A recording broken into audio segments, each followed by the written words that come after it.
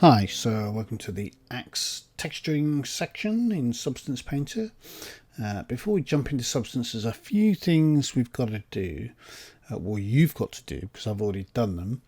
I'm going to show you what they are and you know how to do them because I've already taught you. So click on the axe, unwrap it, open the editor. Right now I've organised these UVs in one space like this inside one UV space. So all the islands are neatly packed inside this one space. That one could probably do with moving down slightly actually. No, I'll leave it there because I've already set it all up. Yeah, so neatly pack all your UVs inside one space, one UV space. I don't need to show you how to arrange UV islands anymore. I've done a lot of that now, so you should be able to do that quite easily. Okay, the second thing is it's just the material colors really. I want you to change them. If you remember, we set them up. We set this one up with 3 IDs: wood, metal and cloth, 1, 2 and 3. And all I did was change them to red, yellow and green just so it really stands out. And I want you to go and do the same. Just change the material colors. Make sure they're named correctly. It's really important. And so it looks like this really, like that. Just pause the video now, do those things and then come back. I'll wait here. Okay, so welcome back. So now that you've done that, just make sure you collapse the stack. Make sure your pivot point's at 0 and you reset the X-form, which I already have. Okay, so from this one, we're going to export it. File, export, call it axeid.fbx, obviously, and then save. You won't get that because you won't have exported it. Just in geometry, make sure you tick the smoothing groups, untick that and untick that, and click OK. So that's cool. Okay, now we want to change this model and save it as a separate model. So go into, not the actual model, but the material on it. Go into your material editor. The material underneath that one, just call that axe single matte, like I've done there. And you can make it just a different color slightly so that you can see that it's gone onto the model. So now we're going to take that material and apply it to the whole model. So click assign material to selection like that, as it covers the entire model.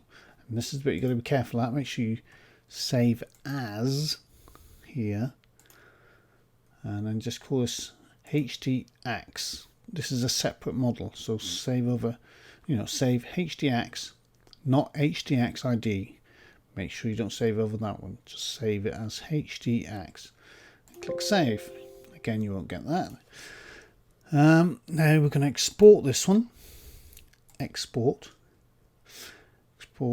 as axe, not axeid, just export as axe. Save. You won't get that message. Okay, so in geometry, tick that. Click OK. Right. That's all you need to do. So if you haven't done all that, or it was a bit quick, just pause the video here and do those things. And now we're going to jump into Substance Painter and I'm going to explain exactly what we're going to do with these 2 axes and why we're doing it.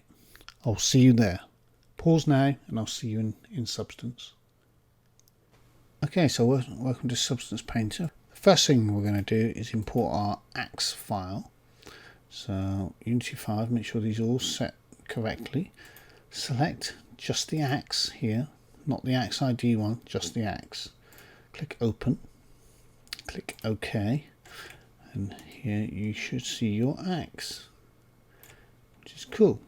The idea here is to set up the axe so that we can paint metal just on the head, wood just on the handle and leather just on the leather grip.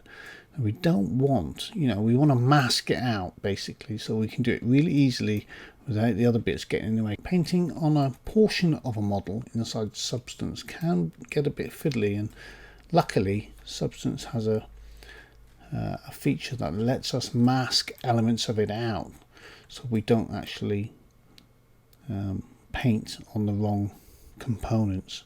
So what we're going to do, we're going to set up our maps. So first of all, we're going to add ambient occlusion like we did before.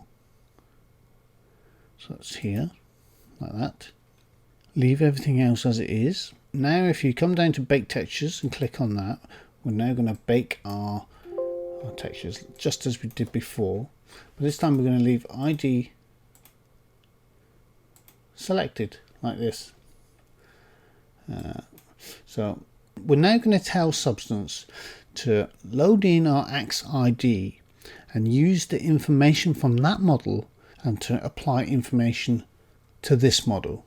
In particular, we're going to create an ID mask, and I'll explain that in more detail as we start to set it up and as we use it. So over here, to allow Substance access to that Axe ID, we need to point to it. So if we click on this little icon over here and select it, Axe ID, click open, so it includes it in the bake.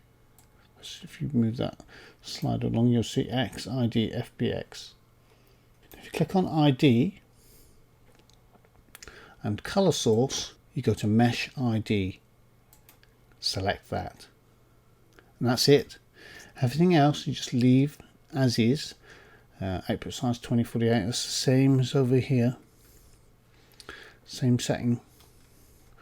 So just leave it there. We can change it halfway if we want to. You can change it. I explained before, it's a lossless system, so it's pretty interesting. It's pretty cool.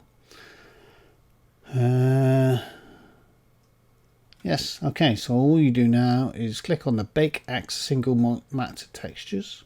That's the material we called it, and you can see it down here, Axe Single Material. That's what's on this model here. So just click on Bake Axe, let it do its thing. Yeah, it doesn't take long. There we go. Now if you have a look down here in our texture set settings, you'll see we've got a new ID map. If we click on that, you can see it's used the UV map from the Axe ID model to create this ID map. Sounds really confusing, but it's, when you think about it, it's quite straightforward. So it's just created a texture, basically an image, using the colors that we assigned to the Axe ID model. That's all it's done.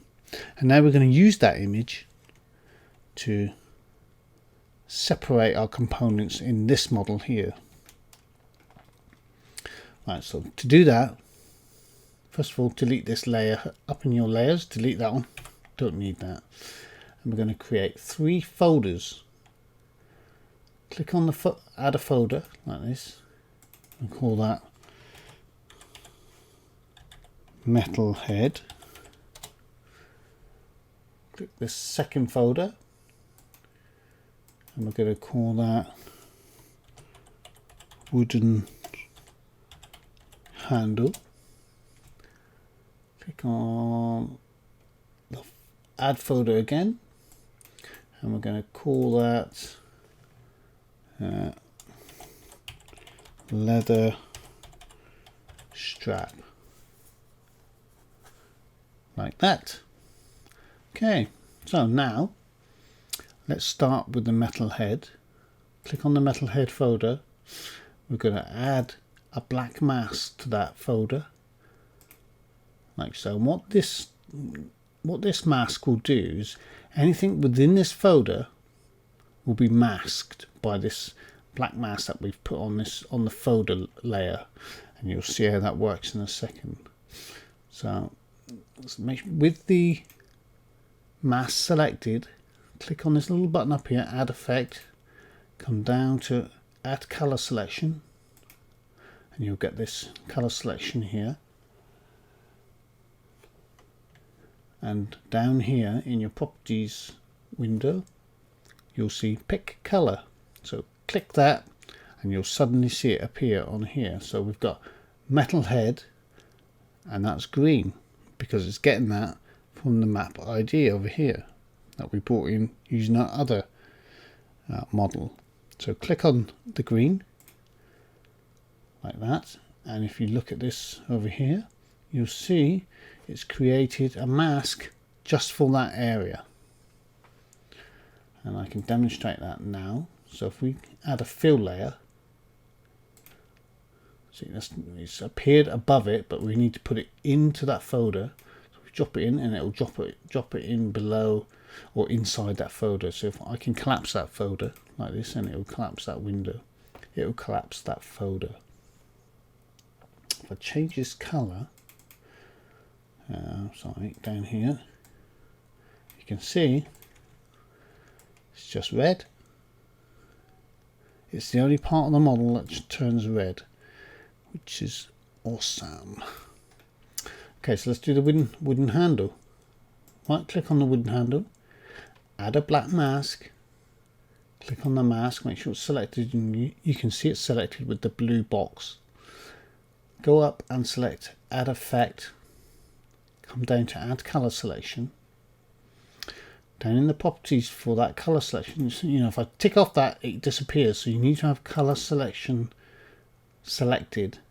Go to pick color, and this is for the wooden handle, so we need to select the red. Again, it will create a mask just for the handle. So again, I'll demonstrate that. So if I create a fill layer, drop it down into that folder like that, we can change that color, click on dynamic, we can make it yellowy brown or something like that, and there you go. You can see it's just affecting the handle. One last one, we'll do the leather strap. So again, right click, add a black mask. With the mask selected, click on add effect, add color selection, pick a color and pick the blue, and it will add the mask for the blue handle. Again, we can add a fill layer, drop it into there, change the color, let's make it green or something so that we can see what it is, or sort of a yellow. There we go. There. So that's all our masks selected. So now if we add, for example, another layer in the leather strap folder, so click on add a fill layer, and if we add a black mask to that fill layer, and then let's just turn off our log, I don't like it being on. Okay, get a brush, any brush will do really. Change this color to whatever you like. And if you paint into the mask, you'll see I can paint on that handle now. It doesn't matter where else I paint, it's only going to come out on the leather straps.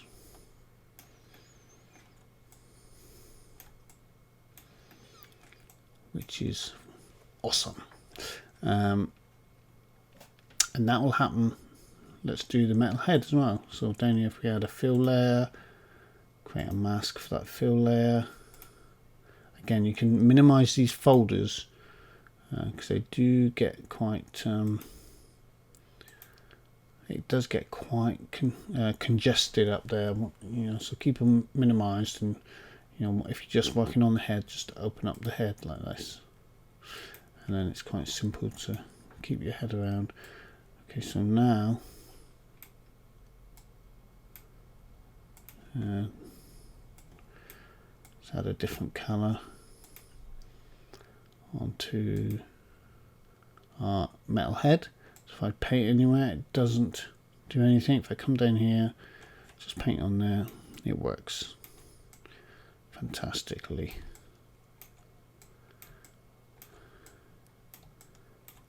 And that's it. That's how you mask out the components on your objects. There's other ways to do it, but you know, Substance gives you various ways, but that's a really neat way of doing it.